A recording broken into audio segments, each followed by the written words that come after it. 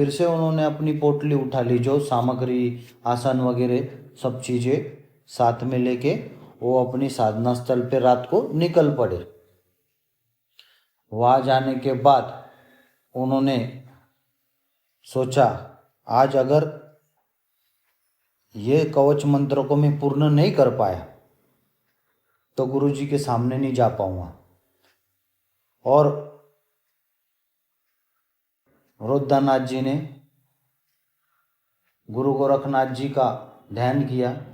क्या गुरु गोरखनाथ जी कितनी कठिनाइयों से गुजरे, उन्होंने कितना कष्ट लिया है साधना के लिए, तो मैं इतनी सी साधना क्यों नहीं कर सकता। तो उन्होंने ऐसे सोचते हुए गुरु गोरखनाथ जी का मन ही मन ध्यान किया और उनकी छवि अपनी आँखों में रखी और कवच मंत्र को भी 11 माला जाप कर लिया उन्होंने।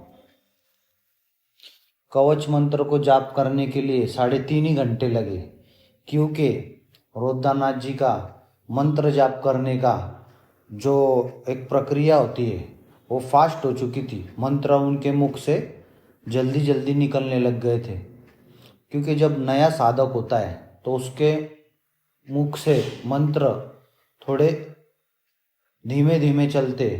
पर वही साधक अगर खुद को साधना के क्षेत्र में ढाल ले और मन को एकाग्र कर ले और साधना को जब वो करता है, उत्साह से भर जाता है, तब सिद्धि आपोआप उसके मुख पर बोलने लग जाती है। तो रुद्रनाथ जी ने कवच मंत्र को 3.5 घंटे में पूर्ण कर लिया और वो बहुत ही आनंदित और बहुत ही प्रफुल्लित, जैसे आसमान में उड़ रहे हो ऐसे खुद को अनुभव करने लगे। और बस आज की रात खत्म होने के बाद 21 तारीख कल सुबह आने ही वाली थी।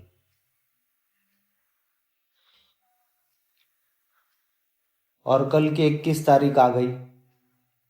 रुद्रनाथ जी अपनी दिनचर्या निपटा कर अपने कामकाज पर जाकर शाम को 5 बजे उनकी काम से छुट्टी हो गई और बस अपने साधकगण जो मित्र है उनके साथ वो गुरु जी के घर पहुंच गए। और गुरु जी के घर पहुंचने के बाद गुरु जी ने सबको चाय पानी और खाने के लिए पूछा और व्यवस्था भी कर रखी थी। सब साधकगणों ने चाय पानी पी लिया और जिसको खाना खाना था उसने खाना भी खा लिया। उसके बाद गुरु जी ने सब साधकों को अलग अलग पन्नों पर अलग अलग मंत्र लिखकर दे दिए और गुरु जी ने कहा कि 1 घंटे में जितना भी याद कर सकते हो यह मंत्र याद कर लो। अगर याद भी नहीं होता है तो भी चलेगा, पर इसको याद करने की कोशिश करो। तो बंगाली मंत्र था, बंगाली भाषा में, मतलब लिखा हुआ तो स्पष्ट हिंदी भाषा में ही था, पर उसका प्रोनाउंसिएशन बंगाली था। तो ऐसे जटिल मंत्र को 1 घंटे में याद करना बहुत ही कठिन कार्य था। फिर भी सब साधकगण अपने अपने पन्ने लेकर के पढ़ते हुए बैठ गए और याद करने लग गए। रुद्रनाथ जी ने भी अपना जो मंत्र था उसको याद करना शुरू कर दिया। जैसे तैसे 1 घंटे में जितना उतना सबको याद हुआ। तो गुरुजी ने सबको बुला बुला करके पूछा कि तुमको याद हो गया क्या? दीपक तुमको याद हो गया क्या? पांडुरंग तुमको याद हो गया क्या? राजू तुमको याद हो गया क्या? सब साधकगणों को बुला बुला कर पूछा। तो कोई हाँ बोलता था, कोई ना बोलता था। तो रोद्दानाथ जी को भी उसी तरीके से बुला करके पूछा कि रोद्दा, तुमको मंत्र याद हो गया है क्या? रोद्दानाथ जी ने कहा, गुरुजी, मंत्र थोड़ा कठिन है, अटपटी भाषा है, आधा मंत्र याद हो गया है। तो गुरुजी ने कड़क स्वर में कहा कि अगर आधा भी याद हो गया है कोई बात नहीं, मंत्र को सामने रखकर जब साधना करनी। तो रोद्दानाथ जी थोड़े से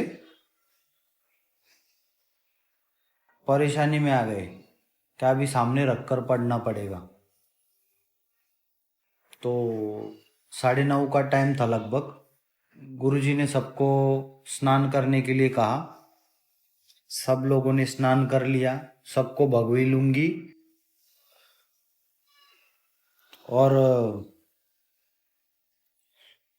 कुछ जो गौरी की राख होती है, गाय के कंडे की राख होती है, गौ माता के कंडे की, वो थोड़ी थोड़ी दे दी गई।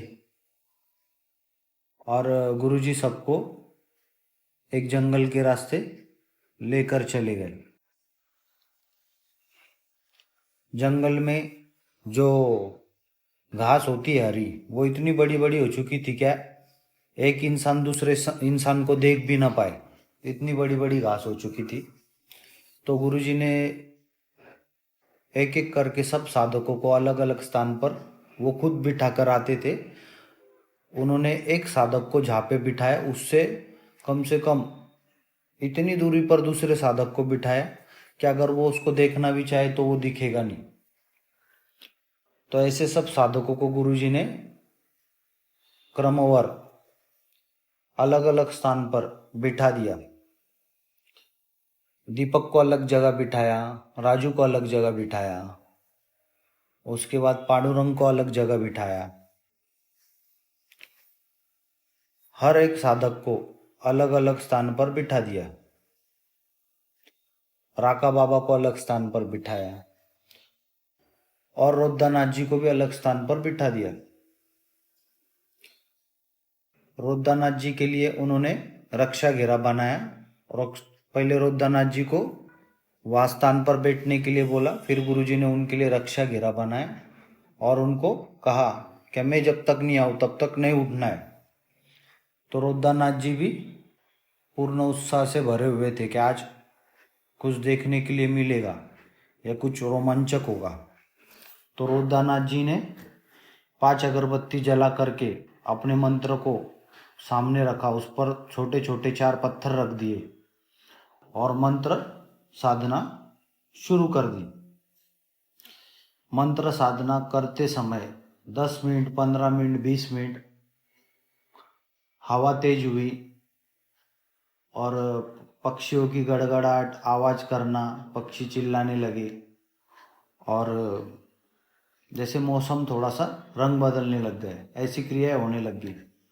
थोड़े समय के बाद रोद्दानाथ जी को जहाँ एक तिकड़े पे बिठाया हुआ था वहां से उनको आजू बाजू का कुछ दिखता नहीं था क्योंकि बहुत बड़े बड़े घास थे। थोड़े समय के बाद उनको ऐसा प्रतीत होने लग गया कि कोई तो भी जो उनको दिखाई नहीं दे रहा है, ऐसी शक्ति उनके तरफ दौड़ते हुए आ रही और वो पूरे जो घास है, जो पूरे वृक्ष है, जैसे हरी घास, उसको काटते हुए, मतलब काटते हुए बोलते हो, हाथों से सरकाते हुए, दौड़ते हुए बहुत ही बोले तो तेजी से उनकी तरफ आ रही है, पर वो रक्षा घेरे में आ नहीं पा रही।